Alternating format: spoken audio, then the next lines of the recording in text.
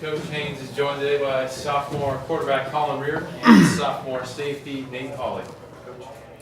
Disappointing loss. Really not disappointed with the loss, but disappointed with the end. We didn't play like Kent State. We didn't play like the style of team that we are, and we were out of character. And that's what I'm most disappointed in. We can handle losses. We know that this is a process. We got young guys. We got freaking a guy on one leg who's battling his butt off, but the end of it is unacceptable, and we'll get that fixed. Was the end something that just kind of started to spiral out of control? There's the penalty and then there's an interception. It just kind of kept going and going. Yeah, I'm not worried about the interception because you got a guy carrying. I'm more worried about, the not tackling, getting thrown out of the game. That's not the Kent State way, and it's unacceptable. Coach, I think that there were a couple of keys that worked against you in the first quarter that may have had a bearing. First of all, the catch that the officials ruled that then they checked the replay and decided that it was not a catch. Yeah. And the interception by Jordan Italiano, which then they called the penalty on Monday for pass interference, and then again later he got called for a key interference. Did they have as much of a bearing as? That's kind of unlucky in the first quarter, and then it set the tone. I think it was hard to play catch up after that. Well, I don't think we were out of it at that time. The pass interference things are things we got to get cleaned up because both of them were two crucial plays, in the game. And there's always 4 to 5 plays that determine a game. You never know when those 4 to 5 are going to happen. That's the beauty of it. And those were key plays because you get an interception at the beginning, and then you're a key third down that you have them backed up that you're going to change the field and give us a chance when I believe we were just down 7, at the time. So those things are big that we got to get corrected. You can't do it. You can't grab. You can't hold. Those are things that they're gonna call. This is a points game. It's an advantage offense game, and those are things that we cannot do defensively. You mentioned the interference causes. The Northern game, it seemed like you eliminated a lot of those penalties, Yeah. all those little mistakes Yeah. today, and all game long. Yeah. And key, points.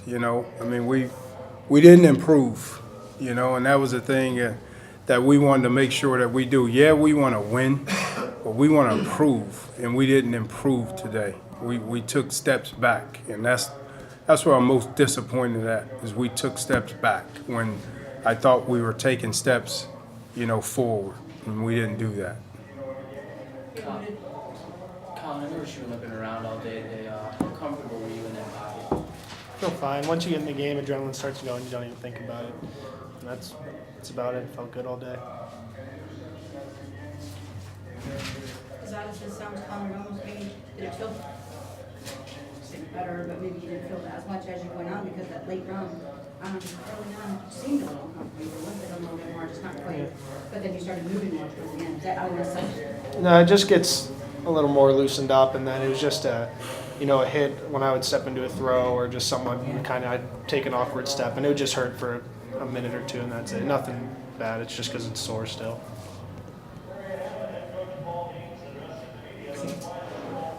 I was going to say, you alluded to early Colin playing, and given the situation with such an experience behind him, it was almost a given that he almost had to. But can you kind of take us through the week and how that progressed and how you went back and forth on how you would handle it?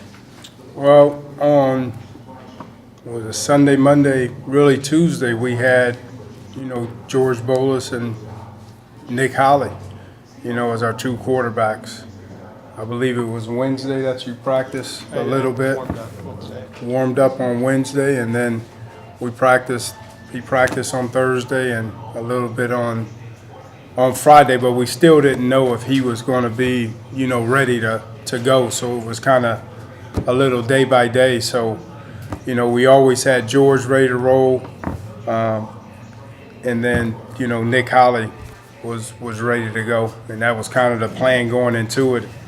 And, you know, then Colin practiced a little bit on Friday, but we still wanted to see how he felt Saturday, and then when he felt good on Saturday, we decided to go with Colin.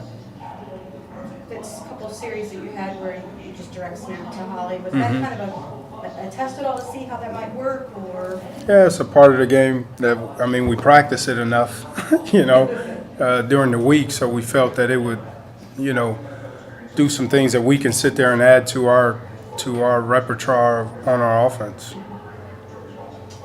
Coach, I had one other question. Apple wasn't very effective in the first quarter when he did a lot of blitzing. Yeah. It seemed like the blitzing was cut down, and he, I hate to say picked you apart, but he was more successful when he wasn't being blitzed. And then a couple of times you blitzed him in the third quarter, and he was ineffective. And it seemed like, were you afraid to over blitz? I guess is the best way to ask the question. Well, really, and that's funny you say that, we gave up more big plays when we pressured in the first half. We were pressuring in the first half when we gave up the big plays, and we kind of calmed down a little bit more in the second half, and then we just gave up a couple in the fourth quarter, you know. But we felt that when we were pressuring a little bit more, we gave up some big plays in their certain sets, 12 personnel, 21 personnel. So it was kind of the opposite a little bit.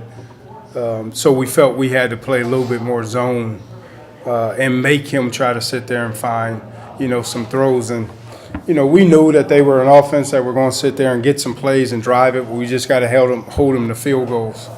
And like I said, and that's what we did pretty much down there in the third quarter. We just, like I said, I can't get the end out of my mind, you know. I guess your pressures worked well in the first quarter. When you did bring people, you got to them a little. Yeah, a little bit, but we gave up big plays with it too, you know, so it's kind of, you know, feast or famine. We gave up a touchdown, you know, there on the pressure, you know, also too. So, you know, we just changed to a 4-man front and played zone instead of a 3-man front and played zone, and you still got pressure on him, you know, in the third quarter. I'm curious from both the offensive and defensive sides of the ball, how you guys, that last couple of minutes, how that kind of seemed to feel to you guys, where it kind of just really slipped away in a couple of different ways. Go ahead.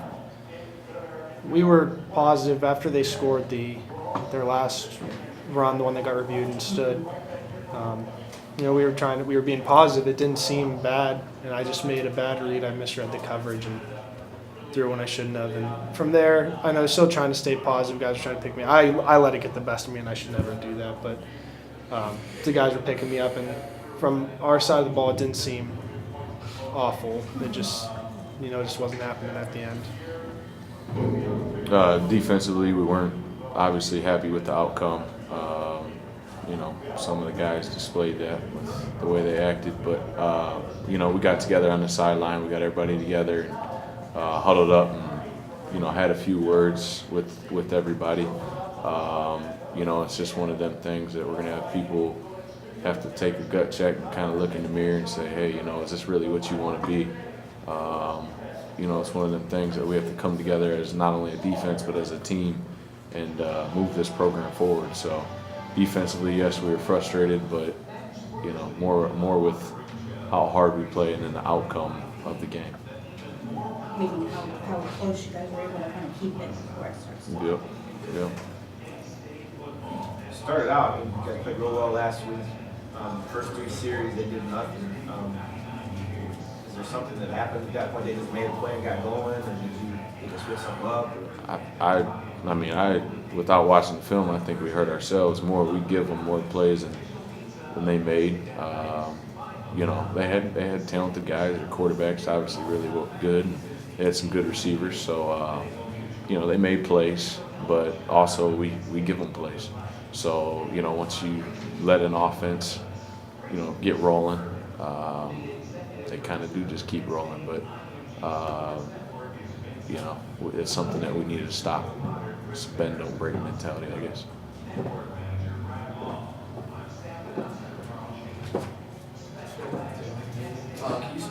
red zone defense today. I noticed that they scored out almost every one of their trips in the red zone. What do you think went wrong when they got to the inside of this game? I don't know. This is something that obviously we're going to have to work on. It's one of our big emphases is when they get in the red zone, they can't leave without nothing more than a field goal. You know, so that's something that we're going to have to work on.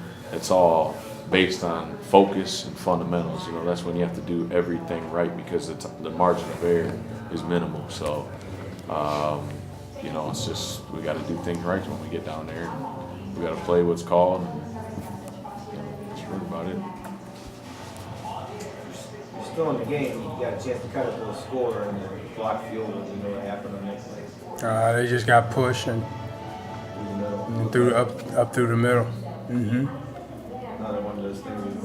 The field goal kicking games kind of come back to bite. So. Yeah, but I mean that's on protection a little bit. I mean we got to get the ball up but we got to protect a little bit better.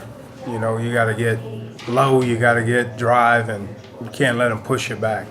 So it's just something that we got to, you know, you don't take that play for granted.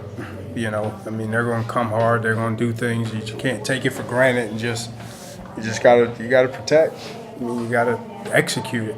So you give us a chance. You mentioned what happened at the end is frustrating. Do you think that play kind of fed into all that? It doesn't. It doesn't really matter, and I really don't care. To be honest with you, it's not. You know, we represent this whole university, and we're going to act a certain way and be about something, and that's how we're going to be. And bottom line, so we'll get that fixed. Coach, we didn't see Brock McCauley after the first series. Did he get hurt? I don't think so. Not that anyone, you know, said anything to me. I think, you know, there's a battle between him and Terrell, you know, that's been battling and coming on all the time. You know, so, you know, Coach Clark maybe felt that Terrell gave us a better chance to win, but nothing that they came to me and said Brock is out. You know, Steve Nagy was really the only guy that started the game and then got hurt in a special unit, and he was out. Anything else? Thank you.